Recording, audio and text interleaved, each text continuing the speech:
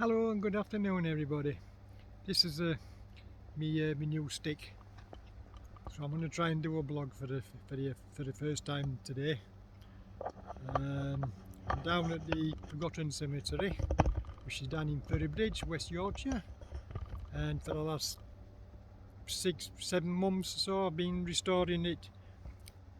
I call it a forgotten cemetery because there's people down here that's lives down here and in Ferrybridge, and they didn't even know the cemetery was there.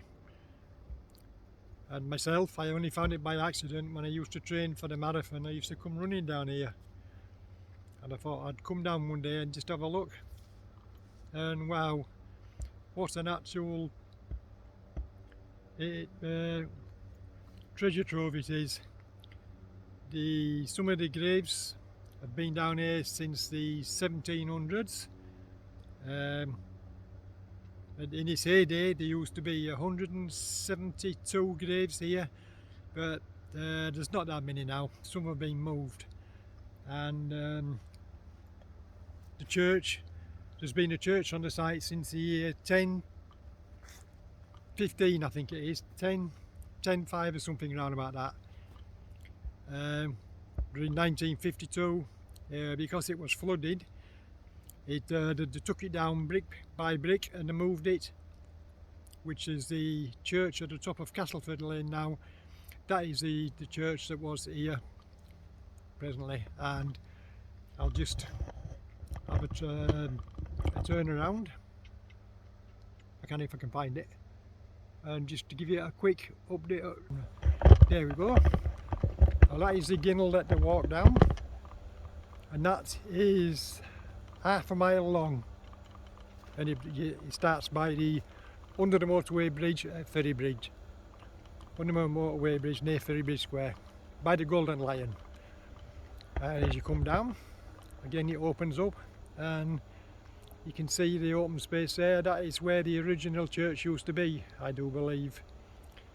And some of the gravestones here are really absolutely fantastic. They really are. I've been down this afternoon with me strimmer, which is there. It's only a battery one, so I cleared some of the nettles and cut them back from the ginnel which I've just shown you. And I do believe them graves, they're Second World War graves. But we'll have a look at them maybe some other time. Some of these, you see, as you can see there, this one was a John Laidman, age 76, passed away in 1875. And some of these are also well, I want brushing down now because you see where I've been cutting the nettles back. Some of these are children's graves, or there's children buried in them, and I think the youngest one I found was, I believe 6 months. And now look, some of these other graves here.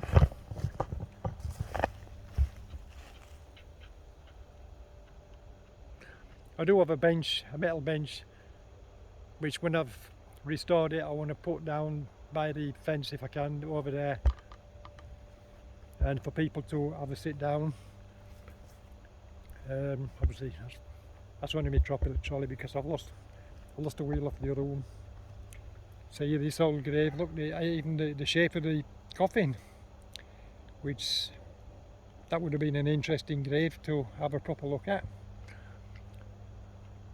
And over here, see all these, this is open space where the old gravestones have been taken out.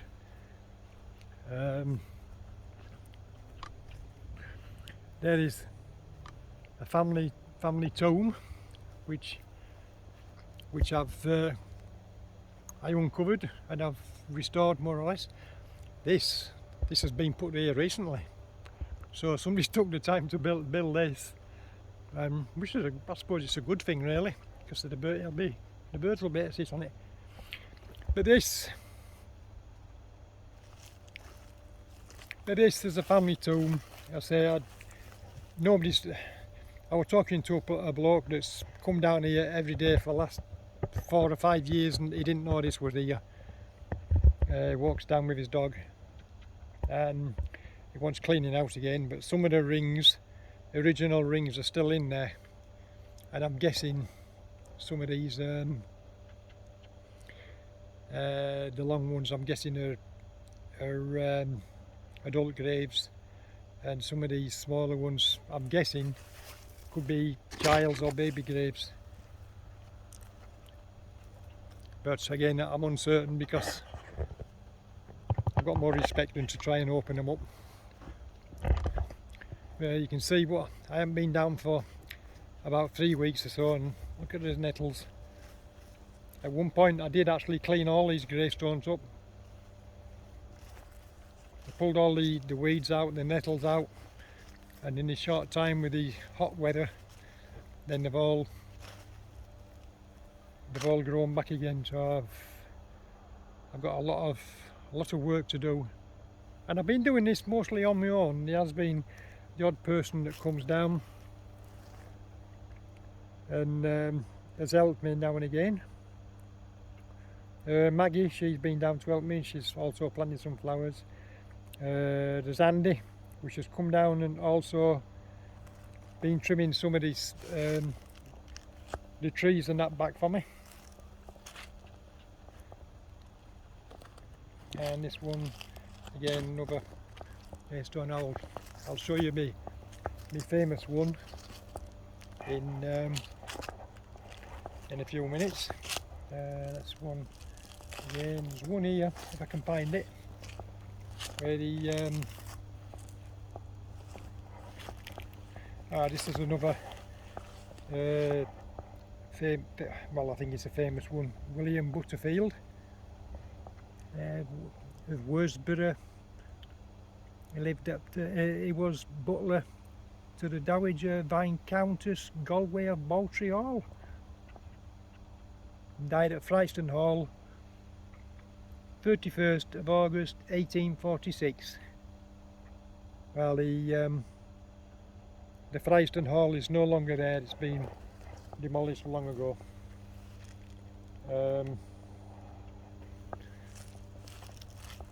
Fryston Hall is another place that I want to have a look at sometime. And again, Ferrybridge. 1834. See, I've got to catalogue all these gravestones as well, and try and do a bit of history.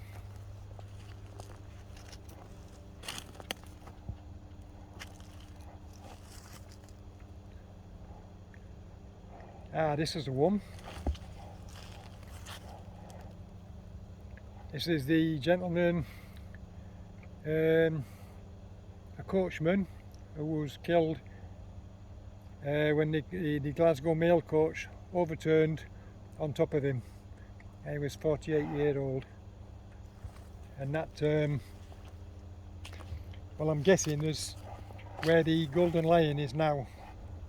It used in them days, in the 1800s, it used to be coaching in, and they used to, obviously the mail coaches, obviously the mail coaches then was where they changed over the horses, and unfortunately something's happened that it's overturned on top of him. I don't know, I need to look a bit more into the history, which is going to be a bit more fascinating to do that. I'm really fascinated, and I'm really excited to doing this cemetery. I'd like to do it, get it restored to how it used to be 400 years ago, 500 years ago, but I don't think I'm going to be able to do that because of all these bushes and trees. They wasn't here. They've not been there.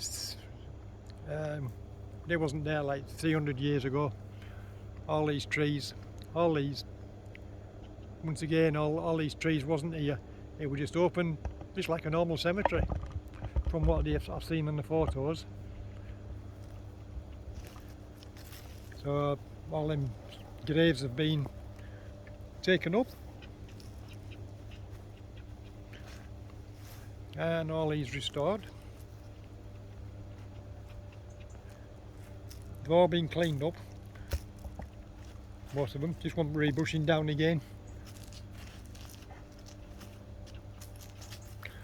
But the most famous grave I found, as I will show you in a second. And there's more gravestones under them trees there, but you've got to go under the trees to actually see them. Right, this is the most famous one I found, I do believe. It is Anne Hutton. As you can see, it's a Anne Hutton who died on Christmas Day 1869. That was bad luck, wasn't it? And she was the wife of Abraham Hutton, the head gardener at Fryston Hall, and mother of Henry Hutton. He was a very distinguished botanist who died at Joshny in the island Java anyway. But if anybody knows anything about Henry Hutton, the botanist, I will be more than pleased to hear about it, because I've had Pontefract Historical Society look into his name and they couldn't find anything about him whatsoever.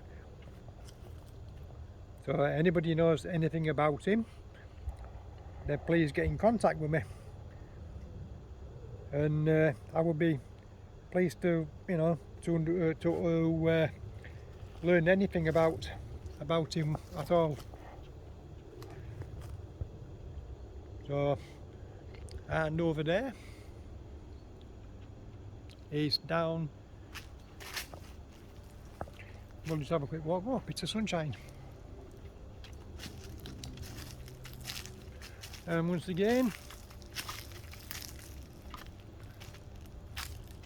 see all these trees. Over there was apparently was a marsh, and the fishing lake was way over there, where them trees are now. Long ago. There's more gravestones in here, more graves in here. Once again, you see all these trees